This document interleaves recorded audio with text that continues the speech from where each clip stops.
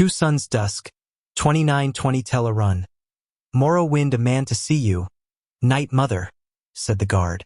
A Kothringi tribesman who presents his credentials as Lord Zook of Black Marsh, part of the imperial garrison of Gideon. What makes you think I'd have even the slightest possible interest in seeing him? Asked the Night Mother with venomous sweetness.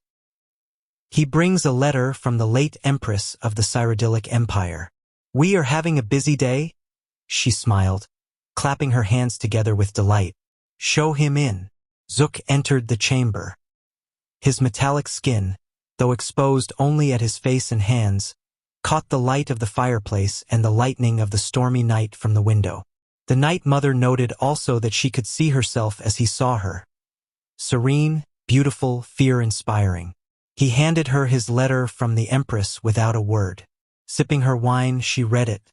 The Duke of Morrowind also offered me an appreciable sum to have the Emperor murdered earlier this year, she said, folding the letter. His payment sunk, and never was delivered. It was a considerable annoyance, particularly as I had already gone to the trouble of putting one of my agents in the palace. Why should I assume that your more than generous payment, from a dead woman, will arrive? I brought it with me, said Zook simply. It is in the carriage outside. Then bring it in and our business is complete, smiled the Night Mother. The Emperor will be dead by year's end. You may leave the gold with a paladith. Unless you'd care for some wine. Zook declined the offer and withdrew. The moment he left the room, Miramer slipped noiselessly back from behind the dark tapestry. The Night Mother offered him a glass of wine, and he accepted it. I know that fellow Zook, said Miramer carefully. I didn't know he worked for the old Empress, though. Let's talk about you some more if you don't mind, she said, knowing he would, in fact, not mind. Let me show you my worth, said Miramer. Let me be the one to do the Emperor in. I've already killed his son, and you saw there how well I can hide myself away. Tell me you saw one ripple in the tapestry. The Night Mother smiled. Things were falling into place rather nicely. If you know how to use a dagger, you will find him at Bodrum, she said, and described to him what he must do. 3 Sons Dusk, 2920 Mournhold. Morrowind. The Duke stared out the window.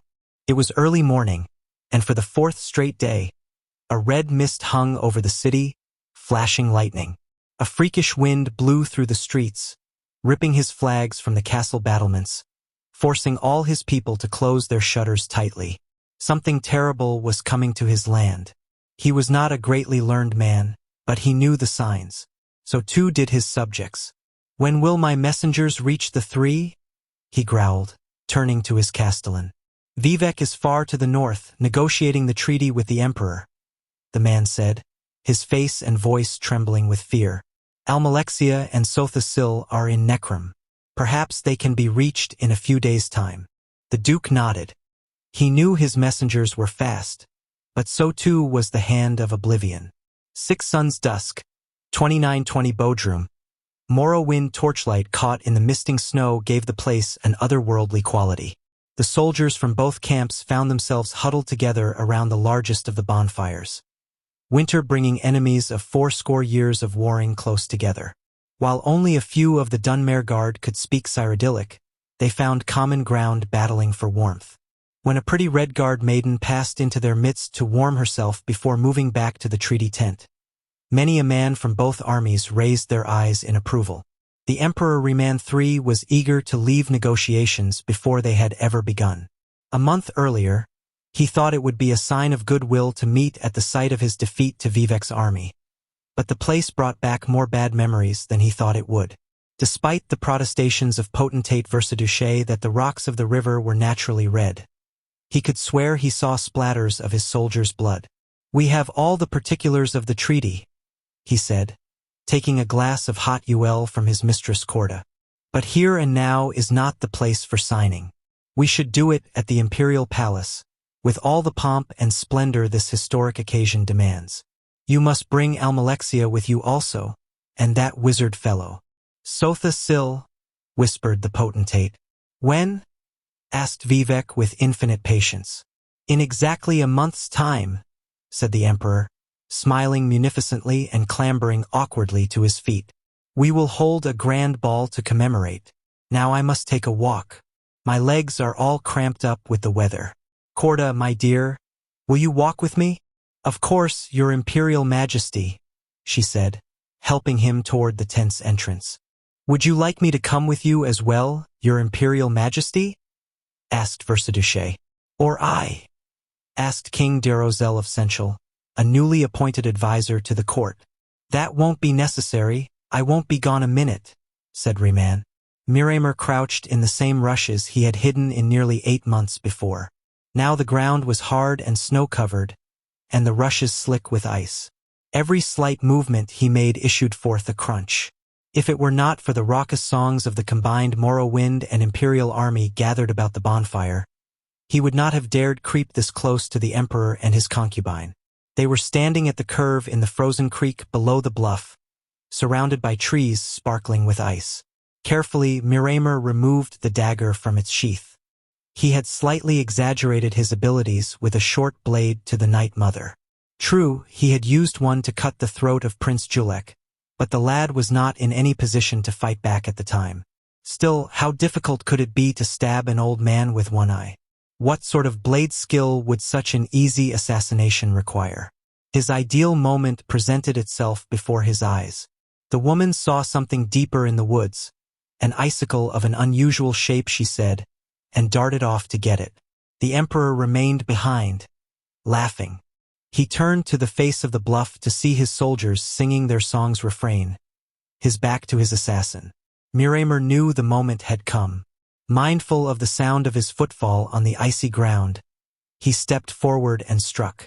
Very nearly, almost simultaneously, he was aware of a strong arm holding back his striking arm and another one punching a dagger into his throat. He could not scream.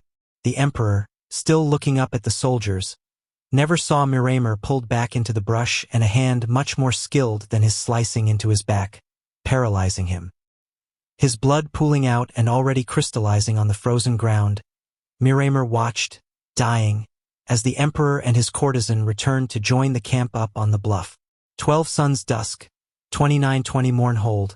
Morrowind, a gout of ever-erupting flame, was all that remained of the central courtyard of Castle Mournhold, blasting skyward into the boiling clouds.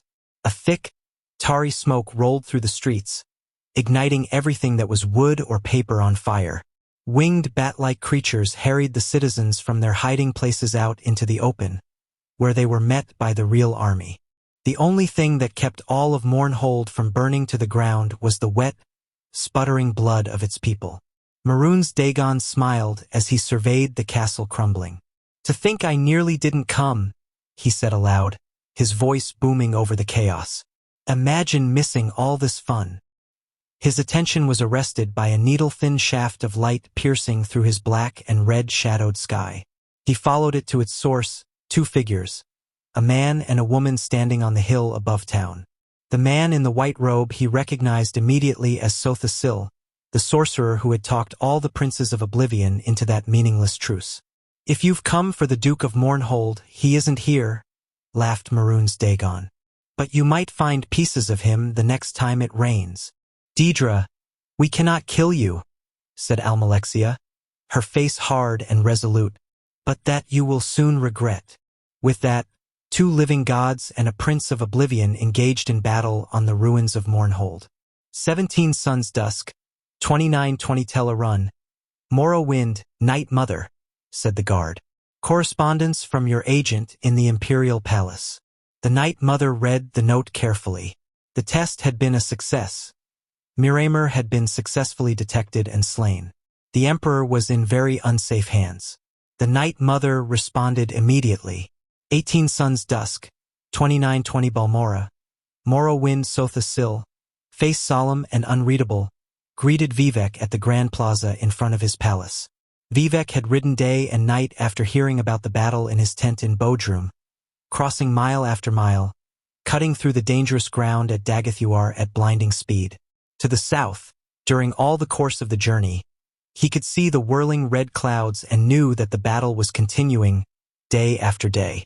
In Nisus, he met a messenger from Sothasil, asking him to meet at Balmora. Where is Almalexia? Inside, said Sothasil wearily. There was a long, ugly gash running across his jaw. She's gravely injured, but Maroon's Dagon will not return from oblivion for many a moon. Almalexia lay on a bed of silk, tended to by Vivek's own healers. Her face, even her lips, was gray as stone, and blood stained through the gauze of her bandages. Vivek took her cold hand. Almalexia's mouth moved wordlessly. She was dreaming. She was battling Maroon's Dagon again amid a firestorm. All around her, the blackened husk of a castle crumbled, splashing sparks into the night sky. The Daedra's claws dug into her belly, spreading poison through her veins while Almalexia throttled him. As she sank to the ground beside her defeated foe, she saw that the castle consumed by fire was not Castle Mournhold. It was the Imperial Palace. 24 Suns Dusk. 2920 The Imperial City. Cyrodiil. A winter gale blew over the city, splashing the windows and glass domes of the Imperial Palace. Quivering light rays illuminated the figures within in surreal patterns. The Emperor barked orders to his staff in preparations for the banquet and ball. This was what he enjoyed best more than battle. King Diarozel was supervising the entertainment, having strong opinions on the matter. The Emperor himself was arranging the details of the dinner. Roast nebfish, vegetable marrow, cream soups, buttered hellerak, cod scrum, tongue in aspic. Potentate Versaduce had made a few suggestions of his own, but the tastes of the Akaviri were very peculiar. The Lady Corda accompanied the Emperor to his chambers as night fell. The year is concluded in evening star.